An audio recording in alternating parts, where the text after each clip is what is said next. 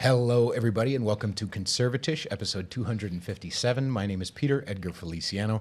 Wherever you're listening, make sure you subscribe, share, rate, and review. And you can find me on Instagram at Peter_Feliciano. You can find me on Twitter at Rule62Peter. And I've got music coming out soon, so make sure you follow me on Spotify and iTunes as well. Ladies and gentlemen, the wonderful Michael Cargill is our guest today. Hello, sir. How are you? I'm doing outstanding. How are you doing today? I'm tired. Really? Why? But I've been, for like 36 years I've been tired. I just feel like there's not enough coffee in the world. I feel privileged to have you on. I've done a lot of deep diving into your content and into your work. More importantly, in my personal opinion, I've wanted, there's a few people in the room who walk the talk. Right. And you walk the talk. And it's more than just complaining about, the ATF or these federal agencies. It's more than just, complaining, oh, our rights are getting taken away. Like, you actually show up. And that's why I feel privileged to chat with you, sir. So thank you very much for coming in. Oh, thank you very much. I really appreciate that. Nice words. I know. I'm pretty cool, huh? Where people can support you, Texas Gun Works. Can you talk a little bit about that? So I'm the owner of Central Texas Gun Works. It's a gun store here in Austin, Texas. And we do gun sales, we do online sales, inside store, we do training, level 3 training, private security training. We do license to carry handgun courses, which I think are very important. And then also do a radio show called Come and Talk. It's a gun talk show. Do that. And most of my stuff you can actually find on michaelcargill.com. So if you go to michaelcargill.com, you'll find everything. You'll find the lawsuits I'm involved in. Links to the gun store, everything. Everything's there. Awesome. I'm new-ish to Texas. I moved here from New York. I escaped New York. For any Austinites or any Texanites, whatever, I don't even know the right word, who are Texans. There we go. Thank you. Who are concerned about people, there's a lot of people who are like, oh, don't California my state or whatever. Like, no. We're bringing reinforcements. I don't want to make, I just escaped that place. Right. So I didn't know. I thought naively that Texas was just the Wild West, where it just didn't matter. And blah, blah. I found out recently that you can't bring guns into bars, right? I guess if they're serving alcohol specifically. So if they make 51% or more of their income you consume in alcohol. That's right. You're 51. not allowed, right. 51% or more of their income you consume in alcohol. No firearms allowed. No handguns, no rifles, no knives, none of that stuff. Which, of course, makes sense because no one's ever tried to shoot up a bar. Hello. And then also I found out this HTC, I think is the right acronym, or LTC? LTC, yes. License to carry. So it's not specifically open carry, or what's the difference between those two things? Correct. So we used to call it the CHL, Concealed Handgun License. Excuse me. Now we call it the LTC, License to Carry Handgun. So with that one license, you can open carry or you can conceal carry your handgun with the one license. Either or, you get a choice. But you do have to be licensed before you do that. No. So in Texas, we have constitutional carry. That went into effect September the 1st of 2021. So which means that anyone who can legally be in possession of a firearm, they can pass a background check in the gun store when they purchase a gun. They fit in a certain criteria as far as the age. They can actually carry handgun in Texas in the open or concealed without a license. Now, it's good to have a license for several reasons. There's like 10 reasons it's good to have a license. One of them, any interaction you have with the police, it's good to have a license for that reason. Because when you interact with law enforcement, you have a gun on you, they're going to run your background check. They run your background check. They figure out, hey, there's something in your criminal history. Then it's going to take them a little while to figure it out on the side of the road. But if you have a license, there's nothing for them to figure out because with that license, they know your background check's already been done with the license. Also, it's good to have a license when you're going through a school zone. Driving through a school zone, you're violating the federal law if you have any weapons at all on you if you don't have a license or you live within 1,000 feet of that school. Wow. So okay. A lot of people don't know about the federal law. It's good to have a license when you go into the airport. You go to the airport, you forget in Texas, and you have your gun and your carry-on luggage, which, by the way, I don't know if you know this or not. I probably don't. The Austin Bergstrom Airport is the worst airport in the entire country where people forget and they take their guns through security at the checkpoint. Okay. All right.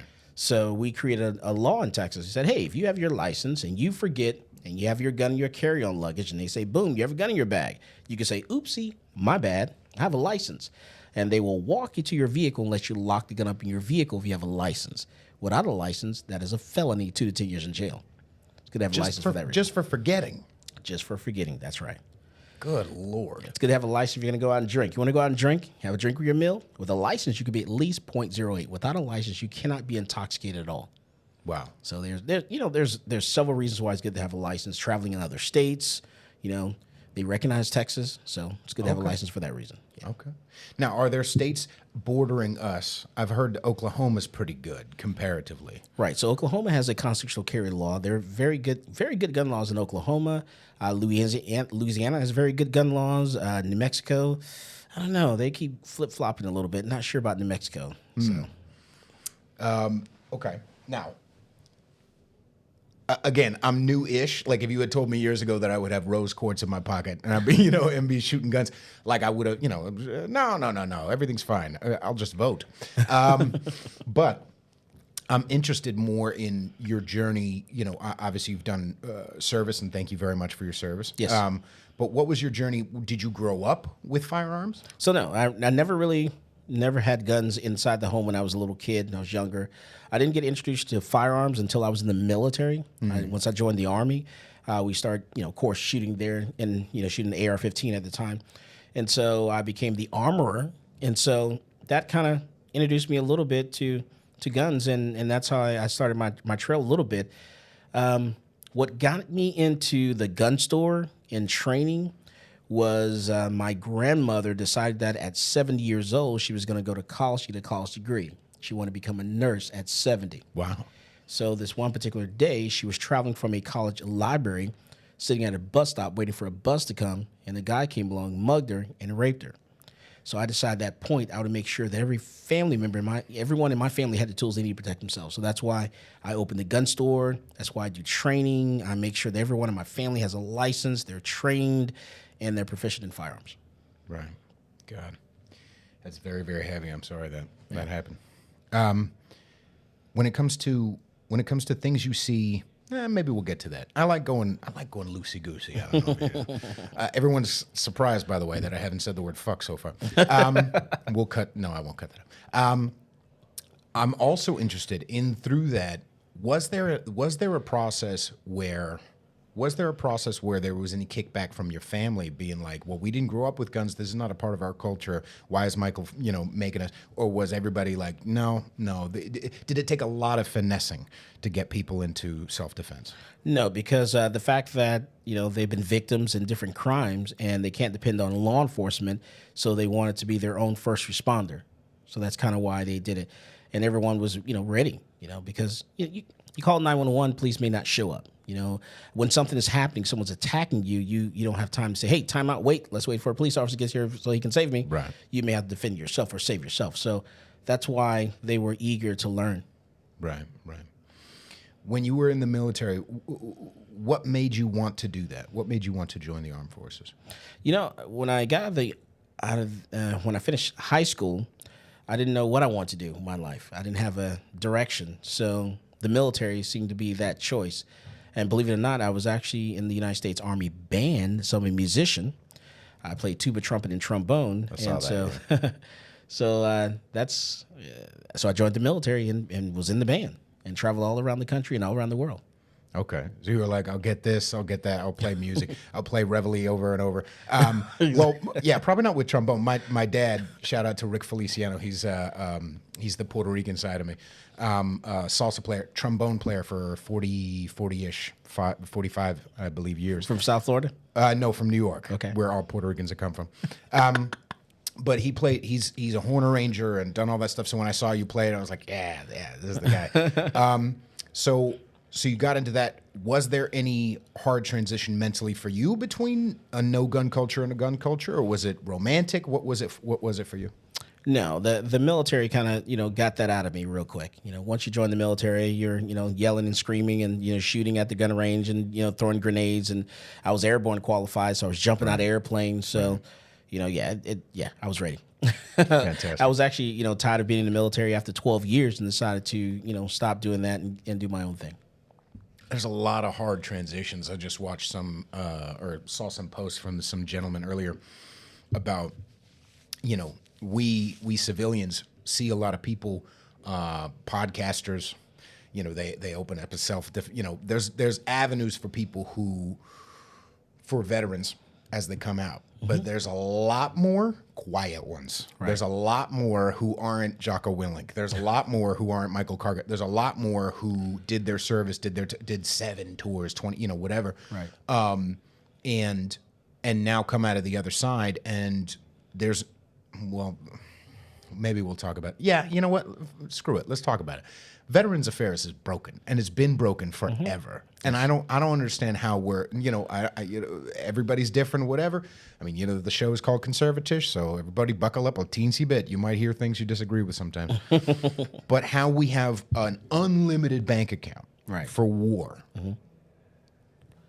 to give you weaponry and travel and whatever to go anywhere and fight Russians or fight, Iran, whatever. Right. And then when you get back, it's new phone, who dis. Correct. That's what bothers me to death. What has your experience personally, if any, been with the VA? Or did you just see it and we're like, I already know this is not going to be it? We're definitely not taking care of our veterans at all. And I see that when you go to the VA, it takes forever to get an appointment for anything. You have 22 veterans that are committing suicide a day. 22 veterans are committing suicide a day. We're not doing enough to help our veterans out. We literally, grabbed these people, when they were 18 and took them away from their families. They went and did the country's bidding, without even knowing really what the purpose of the fight was. But they did it anyway, regardless. And then we brought them back, and then that's it. We used them up and not really taking care of them. And I think we should do a lot better job of doing that. We need to be able to provide mental health services a little better than what they're doing. They're good at giving you medication. Something's wrong with you, man. I can get a lot of drugs from the VA. I can stay high constantly. Let me tell you, they have some good medicine. So, but I remember one time I had something that happened to me, and all I wanted to do is talk to someone about it. And there was no one available to talk to, but they were ready to prescribe me for, some medicine. Hey, here's some drugs. Take some of this. But I don't want drugs. I just want to talk to someone. Oh, no one's available to talk, but we can, get you high. Right. So. Right. I mean, it just looks like a lot of different things these days. Right. I mean, what would even be the connection between is pharma, this is getting a little controversial. I don't give a fuck. Is pharma that good at it, or is it a mix of pharma squeezing these people and saying, hey, veteran, hey, doctor, here's all the pills that we, or is it a mix of also the practitioners feeling overwhelmed with how many veterans are seeking help and just going, I don't know, there's too much to be, pills. Is it a mix of both things, or is there another factor I'm missing? No, they're good at it. Big pharma is definitely good at doing their job.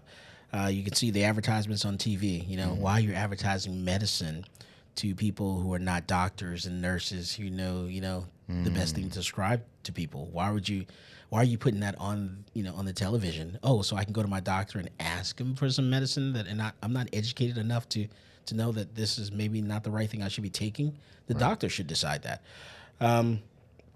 They're doing a great job, like with COVID, the vaccine and all that stuff. Oh my goodness, they're making millions, and it's mandatory. Well, it's not mandatory, but let's say you take the shot, you can't sue them. Right. Something happens or something's wrong, or there's a side effect or something like that. They're doing exactly what they're supposed to do, and they're making millions and billions of dollars. Right. I lived in Manhattan during the bulk of the pandemic, and only moved to Austin back in July of last year.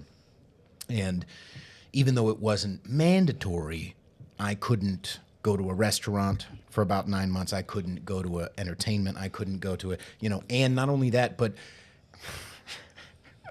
everybody, cover your ears. Fucking white liberals were pushing for worse mandates. They wanted more. Sean Penn was one of the worst ones. Someone who apparently comports himself to be some sort of an anti-racist, and yet 40%, only 50. I could be wrong on that numbers. Percentage of black New Yorkers were fully vaccinated, and yet they were segregated. And Sean Penn said that unvaccinated people were criminals. So I'm like, where's the cognitive dissonance? And this is maybe, let me circle that back to what we were talking about, or what one of the things I love about your work is for our rights, for our freedoms, right? Why would the people who assume that they're the anti-racists want to disarm black people? And a lot of people have been, they are understanding why I'm using identity politics. I'm using it to kill identity politics. I'm trying to show the hypocrisy and hold up the mirror to the people who only listen to white guilt anyway, that made them then, like the fastest growing demographic of gun ownership in America has been black women for like a year and a half, 2 years. And yet they're wanting to make them powerless and vulnerable to not only tyrannical government, but also to criminals. Right.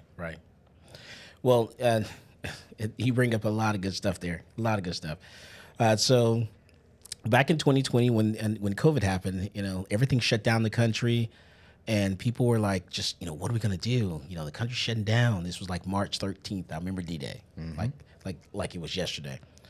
And it was amazing. I was just amazed at the fact of the amount of people that were standing outside gun stores trying to purchase guns. The country shutting down. They needed a gun. They wanted a gun and ammunition. They didn't care what gun was available. They just needed something for protection because they figured that, hey, everything is going to shit, and we need some way of protecting ourselves. Right. So that's what happened. And you're right. The number one demographic were black females because I guess here we are, we're talking about shutting things down. Everyone's got to stay inside, stay put, and people were like by themselves for the first time, right? And having to live by themselves, and so I don't know if that had anything to do with it or not. But you're going to say something? No, I was just going to say. So at the beginning of the pandemic, Central Texas Gun Works had already been open. We stayed open the entire time, regardless of people calling us saying you need to shut down. You're not an essential business. We stayed open the entire time, never closed down at all. Regardless of the fact that someone sent in complaints. And so we had the police department, we had the fire department, the fire marshal, we had code enforcement all show up at the same time at the gun store to try to shut us down.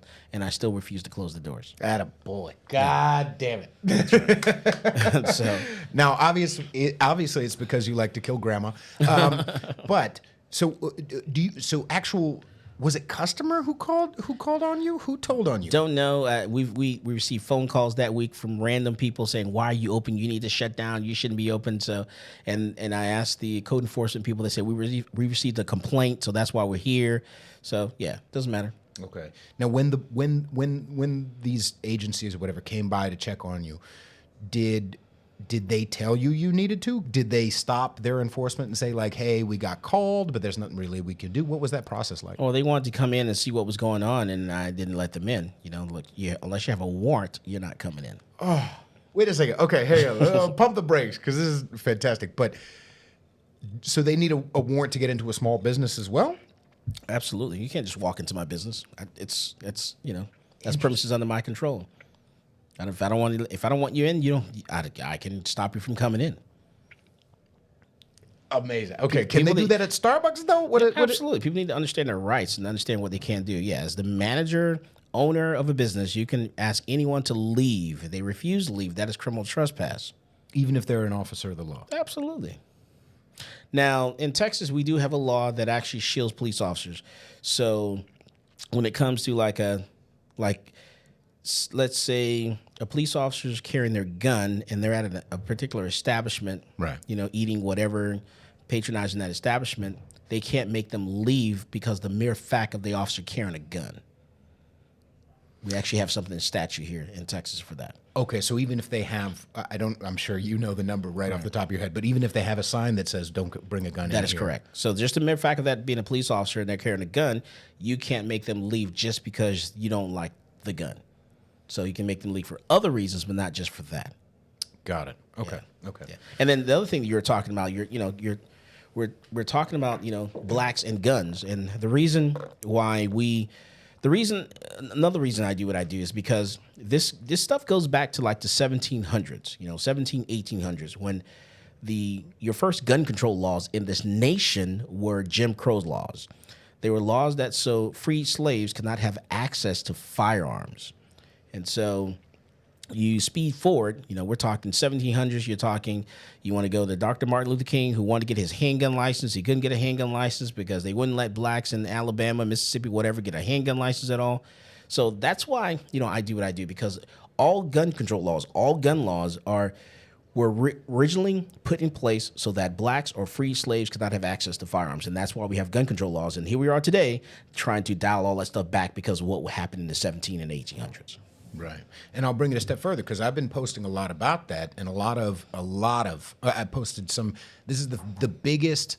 Oh, shout out to all my new Instagram followers, by the way. I've got like 16, almost 17,000 Instagram followers. I know that's not, a lot or whatever compared to some people, but it shot up like 10,000 or more in the last couple months. But my biggest one is Bernie Mac talking about how much he supports the Second Amendment.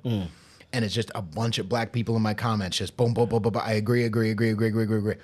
And I don't appreciate the you know what I'm saying? Characterization. Thank you. Yeah. Of the gun owner being just some redneck who hates black people, who whatever. Like, I don't appreciate that because not only does it not match my experience, but also it's fucking offensive. It's insulting that black people wouldn't be interested in defending themselves. That black people wouldn't be connected enough to understand, every time a dictatorship has come to power, first they got rid of the guns. Do you think Hitler would have come on, Hitler got to power because he was like, first things first, let's take this away. Yeah. Do you think Pol Pot would have gotten where he was at if a bunch of motherfuckers were out with, come on, man. That's right. So it's offensive, but that's why part of the reason why I wanted to have you come on, not just because you're incredibly knowledgeable, whatever, and we'll get to what your work is, but because I appreciate anybody who doesn't fit in the box that New York, San Francisco, Los Angeles puts us in. And I'm one of those people too. Oh yeah, there's no box you can actually fit me into. I can't squeeze in anybody's box at all. Unfortunately, and when you think of Texas, you think of Texas gun laws, you think of Texas and guns. You can go to Giphies, any of your little Giphies there, type Texas, and depending on what's going on, you'll probably see a GIF of me standing in the front of the gun store, talking about guns. When you want to talk about campus carry, for people to be able to carry a handgun inside of a building concealed of a college campus, that's because of some very strong people who were students at the time who were black students and Hispanic students, not just white students that were pushing that. So there's a coalition of people that actually was pushing that. Also open carry, a lot of coalition of different types of people that were pushing that here in Texas. It was not just white males that were pushing that. So when you look at all of our gun laws here in Texas, and you look at the people that were testifying, at the Capitol and who were actually being very active in getting all that stuff done, campus carry, open carry, constitutional carry, all of that stuff passed. There were a lot of group of people that were involved in that. And it was a melting pot of people, not just white males. Yeah. And then other part of that, because some of the people who, I posted on that video clip that white liberals are the main force behind disarming black people.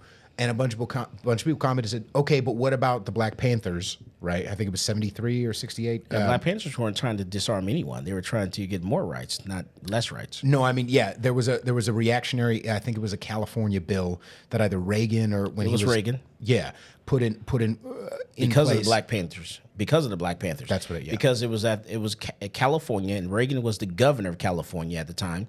And so the Black Panthers decided to go to the Capitol and display their firearms because it was legal for them to do it. And so Reagan saw this and said, we need to change the law. And ever since then, California's become the most restrictive in gun laws, just most restrictive state that we have now, even worse than New York, all because of Black Panthers, because some black males decided they were going to exercise their Second Amendment rights. They said, we can't have this. We're going to shut this down. So you can thank Reagan for that, unfortunately. Right. Other than that, Reagan was a great guy. Yeah, everybody's complicated. You know what I mean? Yeah. It's not like, okay, you do one thing shitty, let's throw you out forever. Yeah. But it always starts there. Even with some of the lawsuits I'm involved in. The one that's going to the Supreme Court right now, Cargill versus Garland, the bump stock lawsuit.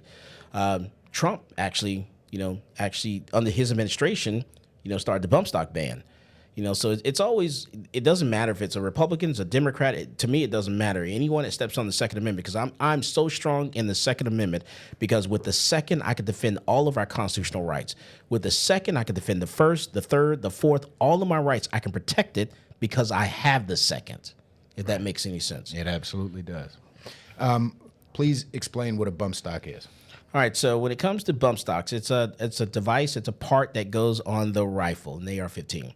And so it allows you to be able to fire the rifle, use the recoil, the reaction from the gun firing to fire your next shot. So using that recoil, you can do the same thing with a rubber band, your belt loop by sticking your hand in the trigger guard area and use your belt loop and using the recoil, the reaction of the gun firing, just that little bump there, using that to actually be able to fire and hit the trigger every single time and fire faster is all you're doing. And so that's what a bump stock is. And the reason someone actually designed one of the bump stocks is so that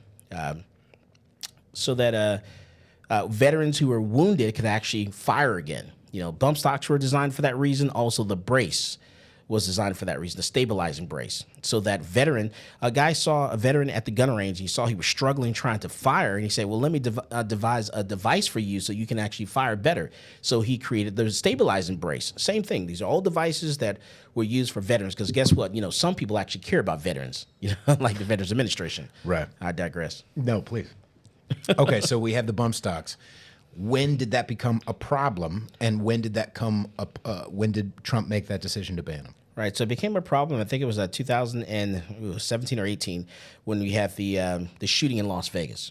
So Ooh, okay. It was a concert that was happening in Las Vegas, and a guy allegedly took a rifle that had a bump stock on it and actually was inside a hotel room shooting down at the concert goers. They were at the concert, and so honestly, if he didn't have the bump stock, he probably would have been able to kill more people because it's not that stable of a firearm to fire to be accurate with. You're better off using, you know, something else, or you firing semi-automatic. He would have been able to accomplish more of what he was trying to do. So, you know, one can say that bump stocks actually saved lives in that situation. So, but because he used a bump stock on the rifle that he was using in that mass shooting, the government decided they were going to ban them. And there are, you know, thousands of them, you know, in this country. And a lot of people that, you know, some people don't even know, even still today, that bump stocks are actually illegal. They're banned. And so what happened was, it wasn't Congress that decided to ban them.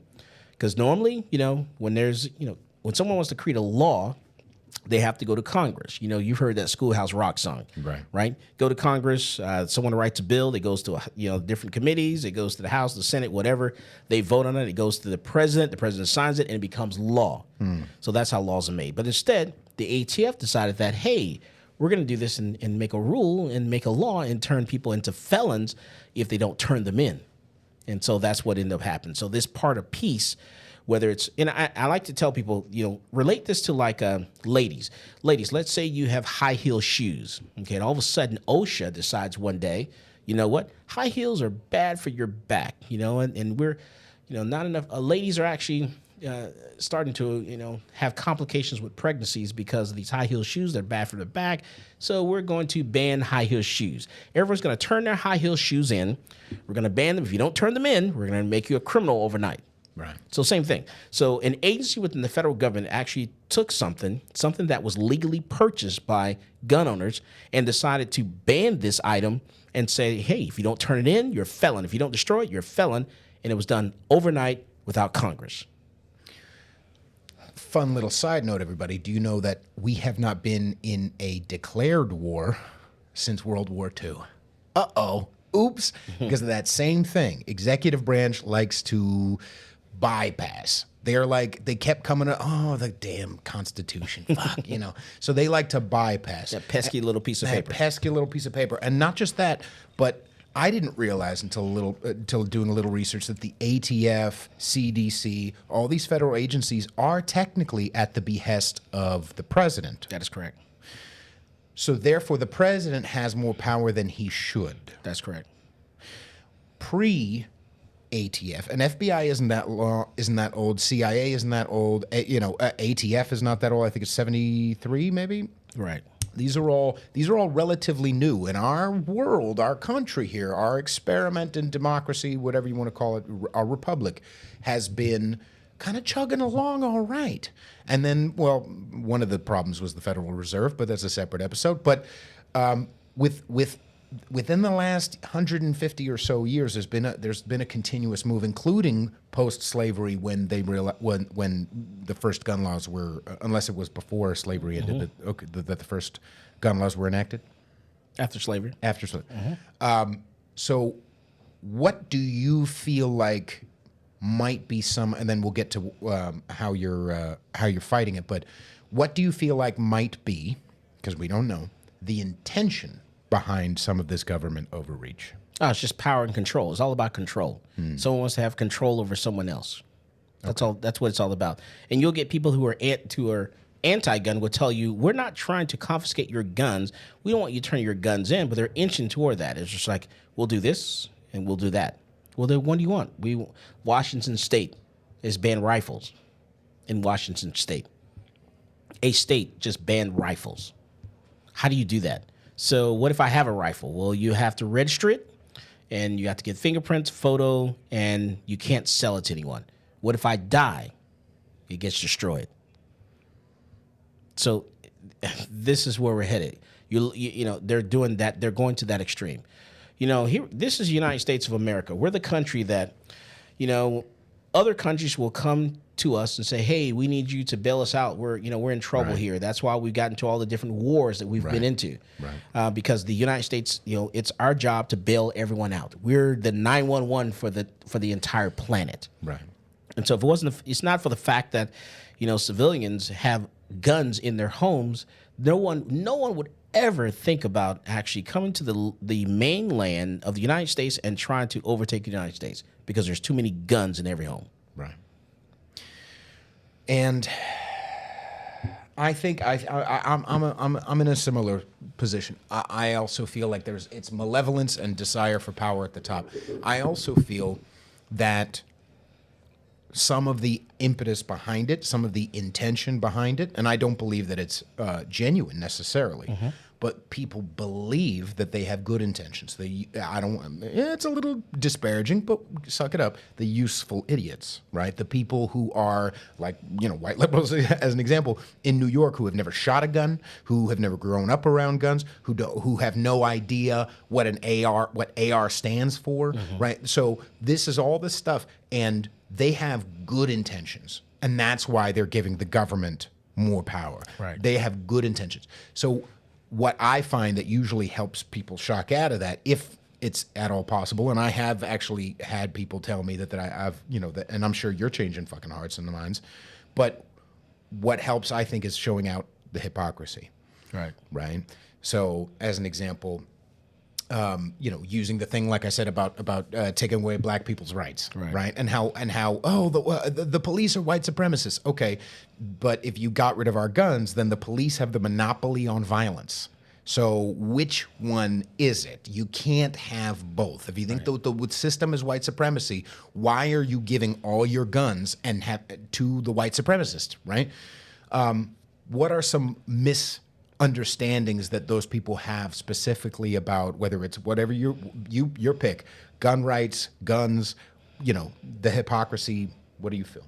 Well, what I want people to take away from all of this is that, you know, you have one thing you need to remember, you know, it doesn't matter what your nationality is, your race, or whatever.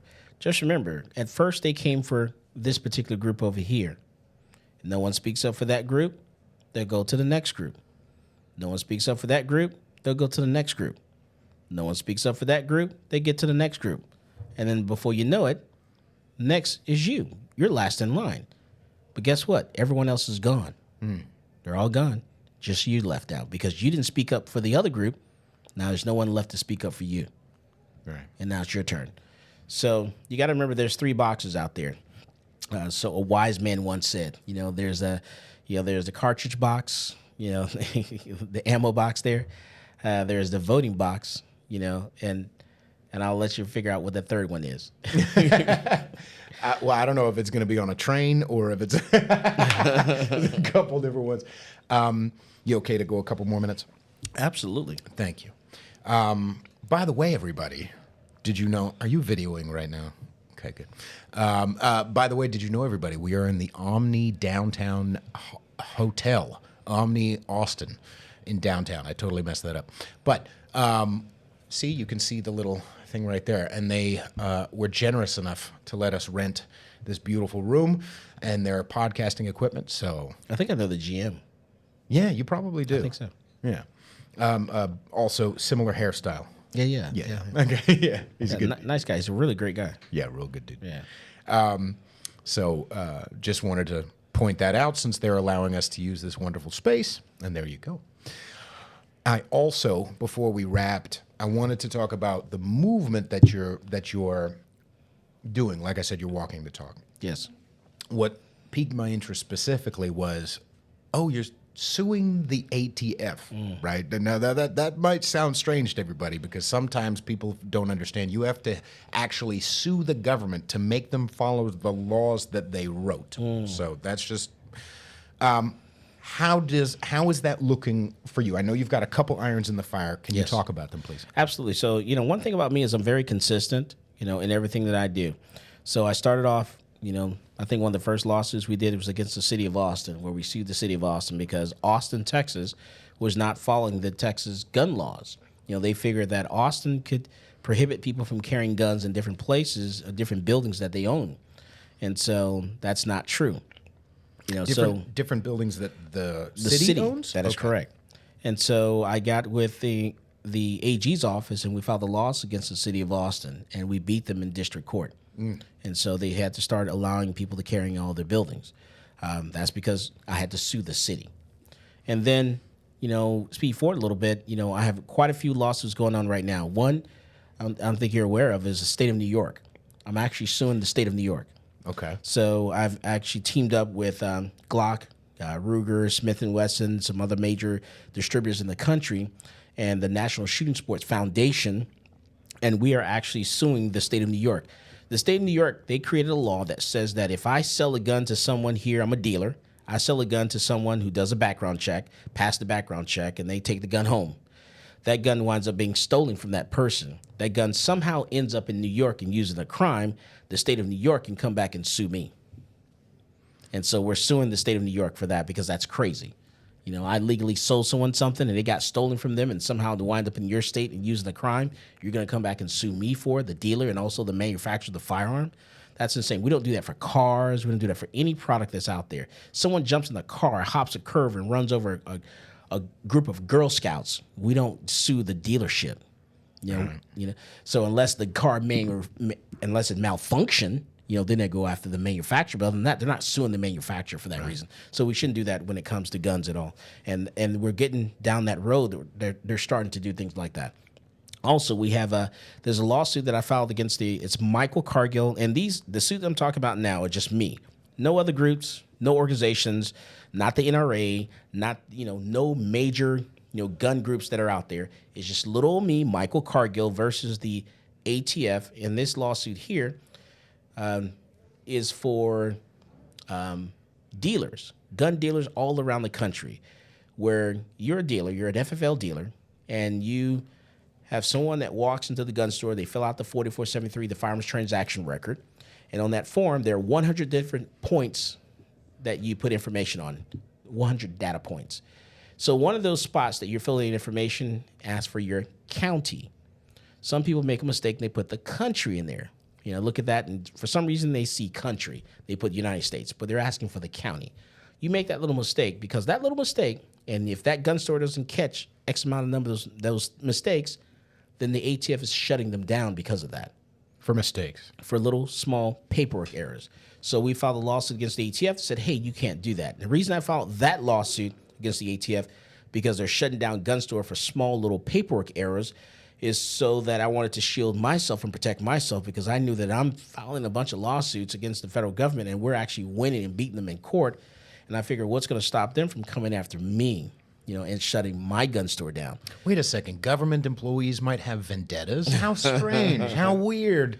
Yeah, so we filed this lawsuit to, kind of shield myself and protect all gun stores in the entire country. And the way the law is written is gun stores, you walk to the gun store, you're supposed to make sure that a prohibited person is not getting access to a firearm. So you're supposed to do everything right on your end, do a background check on that person, and the person on the other end of the phone, the FBI, tells you if they're good, yes, out they can go, or no, they can, or whatever. So we're not. The way it's designed is so that you're not supposed to, transfer a gun to someone who's prohibited, and we're not doing that. We're not giving a gun to someone that's prohibited. So we're making sure that we're doing the right thing. Just a small little error. If someone didn't dot their I, didn't cross their T, that should not be a reason for, the ATF to actually shut a gun store down. So we're going after them for that. And then the last one is the bump stock lawsuit. That's the Michael Cargill versus Garland, Merrick Garland, Department of Justice, and the alcohol, tobacco, and firearms. That lawsuit now is headed toward the Supreme Court. Right. I saw there was some news on it recently. That's right. So there's breaking news coming. There's a lot of breaking news. One thing is that the Sixth Circuit actually agreed with the Fifth Circuit, where my case was heard, that, in their interpretation of, as far as, machine guns and things of that nature, that the ATF can't create a right law. So they're in lock and stock. So Sixth Circuit agrees, the Fifth Circuit agrees. So now the federal government has actually appealed my case because I beat them in the Fifth Circuit. I beat the Department of Justice, alcohol, tobacco, and firearms for bump stocks. We won 13-3 in the Fifth Circuit. So the federal government is now appealing my case to the United States Supreme Court. Yes. If you work for the ATF, eat a dick. I'm sorry. I know you can't, whatever. You're doing it, but I'm just saying, eat a dick. All right. Sorry. Continue.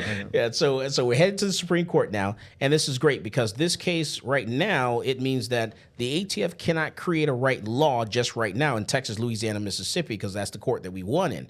Well, once this case goes to the Supreme Court, then the Supreme Court, if they accept this case, they hear this case, and then whatever they come out with is going to be the law of the land. Right. And so we're hoping that, the Supreme Court will say, hey, ATF, you cannot create a right law in all 50 states, not just Texas, Louisiana, and Mississippi. And you made a great point, which was, I don't know if it's right now or I was watching a few of your, and you can find more at michaelcargill.com, everybody. But you made a great point that this is bigger than ATF. It's bigger than guns even. It's bigger than the Second Amendment. This is a federal agency making laws, which is not supposed to happen. There's like you said earlier, there's a specific process for that to happen. And these people are sidestepping it, hoping that we don't catch them. Right. What if OSHA comes out and says, masks are now mandatory in the United States for now and forevermore? What if the EPA comes out with something? We're talking agencies within the federal government just cannot arbitrarily one day decide they don't like something and then create a law for it. People, by the way, that you and I didn't vote for. That is correct. If you and I voted for this certain congressperson who represents our district to go and represent, nobody, the EPA, the ATF, they're all appointed. That's right. Right. And they're appointed by the president. That's correct. Specifically. That is correct. Not voted for. They were not elected. They're not an elected official. Right. And yet they're speaking for us. Right? So, again, this is important work that you're doing.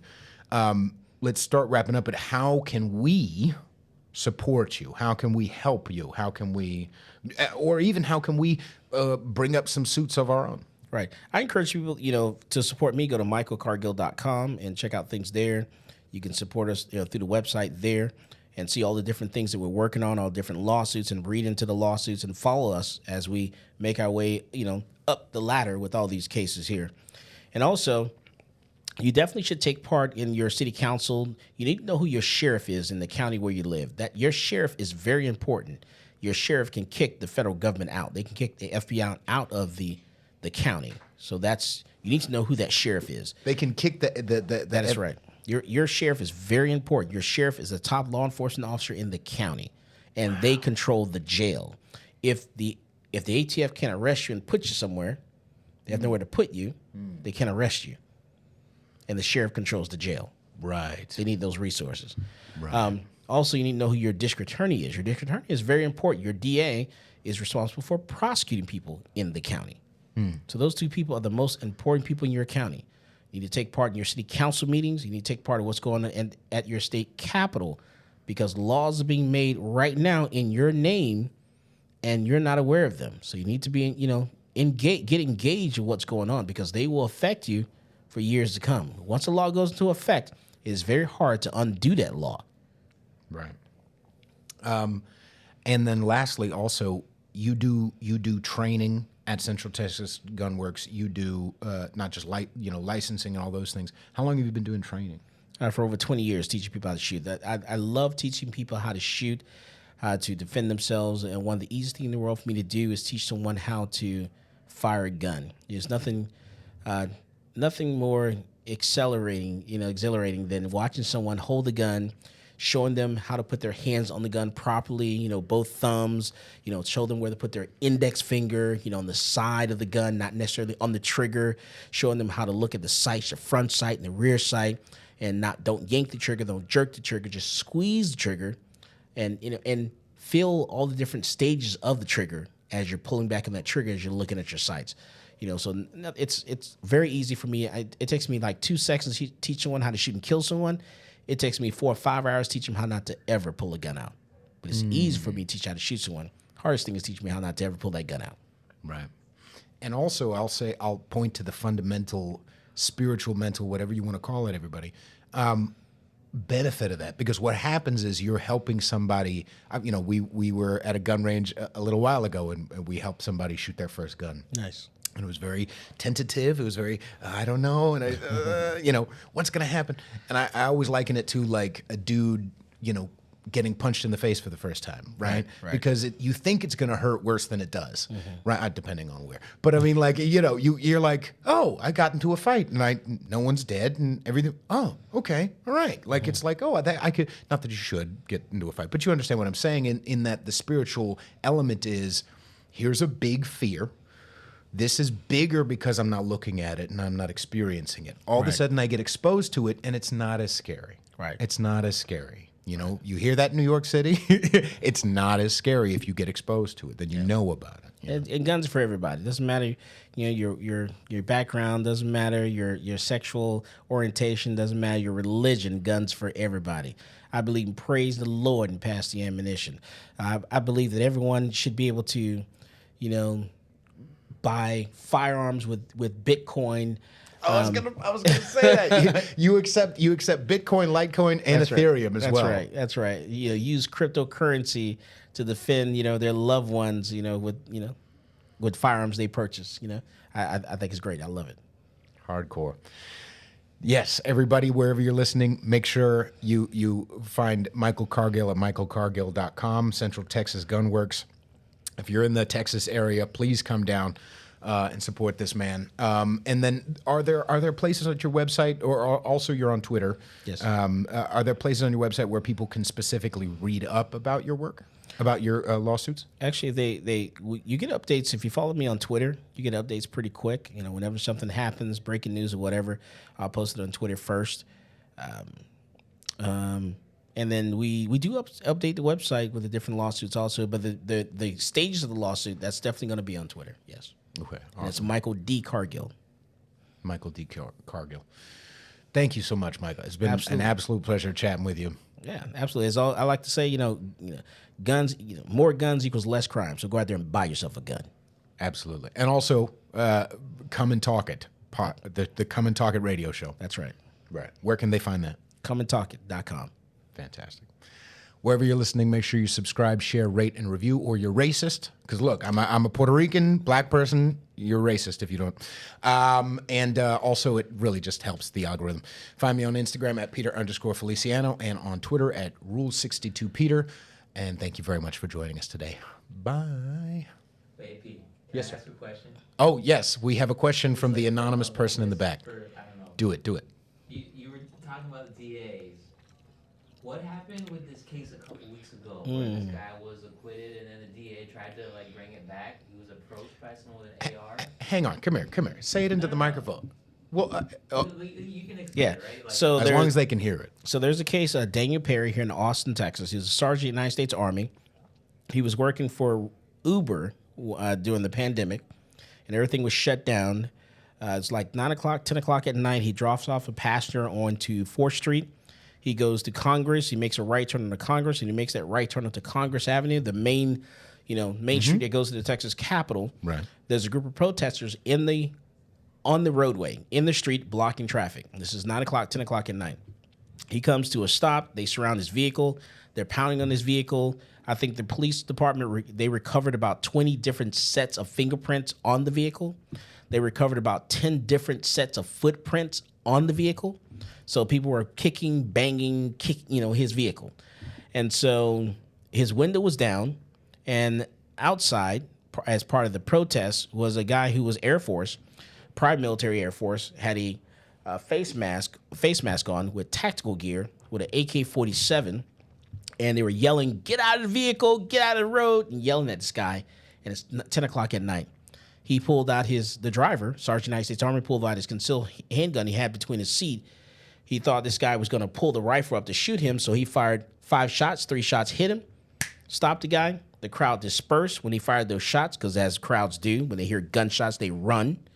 They cleared his path. He hit the gas. He proceeded down to the next major intersection there. He made a left turn, stopped in front of that hotel, called 911, and waited for police to show up. And so the police did not arrest him that night. As a matter of fact, the detective that investigated this case cleared him and said that it was a justified shooting, that he was defending himself because the guy had an AK-47, and the angle at which he was pointing the AK-47, any reasonable person would perceive this person was trying to kill them, or had the means to kill them. And so he was justified in shooting this guy and stopping him. And so the DA, which is a Soros, backed DA, decided to take this case before the grand jury. The grand jury heard this case, indicted this guy. They arrested him, charged him, had a trial. The jury actually convicted him. They convicted him, and so the next day, the Governor Abbott, says, "You know what? I'm going to pardon this guy. As soon as this gets to the Board of Pardons, they get it to my desk. I'm going to sign off on it, and I'm going to pardon this guy." Now, the issue with all this is there's a lot of complications. One, they're saying because this guy had social media postings, different postings comments that he made about, protesters. It was a Black Lives Matter protest. All right, so here's the problem with that. So yes, it was a Black Lives Matter protest, but 99% of the people that were there were white. They were not black. Okay. How many times have I said it? How many? Sorry. Continue. And so that's the problem with that theory. And when you look at the headlines and all the reporting on this, they're like, Sergeant United States Army, white guy shoots and kills a Black Lives Matter protester. But they don't want you to know that this guy that he shot was white, and he was Conor McGregor white. He was a ginger. There are only half people in it. I'm just kidding, everybody. And so, so to turn this into a black-white issue, I think is very ingenious. Just I don't know what they're trying to do. People also still think Kyle Rittenhouse killed black people, which he did not. No. They were all white. And so even the people he was shooting at. So it was a Black Lives Matter protest, but not a lot of black people were there. So, but I digress. And so they're trying to, they tried to turn this case into this black-white issue, and it just wasn't there. I think he was justified. If I was in a situation that he was in, I would have done the exact same thing. And the jury, one members of the jury, I think, went home and did some investigation on their own and came back and shared it. Hey, the juror said, I went home and I Googled some stuff and I brought this in and shared it with everyone in the jury panel. They're not supposed to do things of that nature. And so they're supposed to stick with whatever the instructions, the list of instructions that the judge actually gave them and decide the case. So they didn't do that. They ended up convicting this guy. And so we'll see what happens. We'll see if he's going to get an appeal. We'll see if the governor's going to pardon him. So we'll see where this case goes from here. But I don't think he should have been convicted at all. There was a woman. And by the way, it's not illegal to be racist. So, because apparently, in his social media postings, he said something to the fact that, he wanted to shoot, this person, that person, whatever, a Black Lives Matter protest or whatever. Even if he did say that, it doesn't matter because you got to judge things by the, at that moment in time. And like I said, it's not illegal to be racist. Someone can be racist if they want to, but we got to see, where you justify it. Some things that people need to look at is this case where the teenager goes up to someone's door, rings the doorbell, gets shot in the head, that's not going to be justified. You can't shoot someone just because they ring your doorbell. So that guy's going to go to jail, and he should go to jail, and he should be prosecuted. Right. That's going to be something totally different. The Texas cheerleaders, just because someone gets in the wrong vehicle, makes a mistake in the parking lot, people do that all the time. Open up the door, think they're in their vehicle, going to their car because it looks like their vehicle. They open up the door, oh my God, this is not my car, and then close the door, goes back, and this guy gets out of his vehicle, shoots his cheerleader, things like that. You got to think about things of that nature. But this is the other thing that I feel like we in the game or whatever forget is that these are very rare experiences. I remember when 2020, the Summer of Love, was popping off, and everybody's like, oh my, black people are being hunted in the streets. No. Should an unarmed, okay, couple of things. I know we're going off on a tangent. I don't know if you want, but it was his fault. But the other thing is that in 2019, as an example, the total unarmed black people that were killed by cops was 9. 9. Okay, I believe there's 35 million police civilian interactions a year in the entire country. 9, and not only that, unarmed does not mean not dangerous. Driving a car at a police officer, by the way, is unarmed technically. So there's a lot of complicated shit going on. But if we all knew that, right? The problem is that not only the civilians get panicked, but also the lawmakers go, oh, virtue signal, yay. All I get to do is just, oh yeah, blah, blah, blah, talk at a press conference, and they give us more power and money because they feel something. Right. Screw logic, screw reality, screw how fucking infrequent this is, right?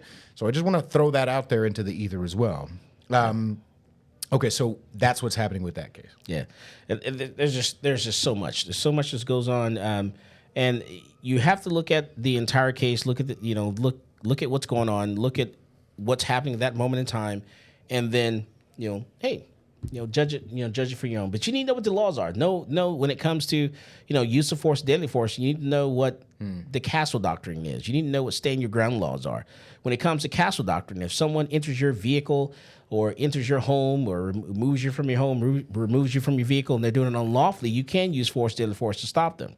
But you got to judge, is this, something they're doing unlawfully? Is this a mistake? Do I want to pull a gun on a police officer because he's walking around my house with a flash, around my neighborhood and my property with a flashlight looking for a suspect that's want to walk outside and start, firing rounds or something like that? You have to use your head when it comes to using the firearm. So that's why I encourage people to take a class, come and learn from us, and learn use of force, deadly force, learn conflict resolution, how to calm certain situations down. Central Texas Gunworks. That's ladies right. and gentlemen. Thank you very much again. I'll put this other part in the other part, unless there's any more. Okay, you shut up. Thank you, everybody. Thank you again, Michael.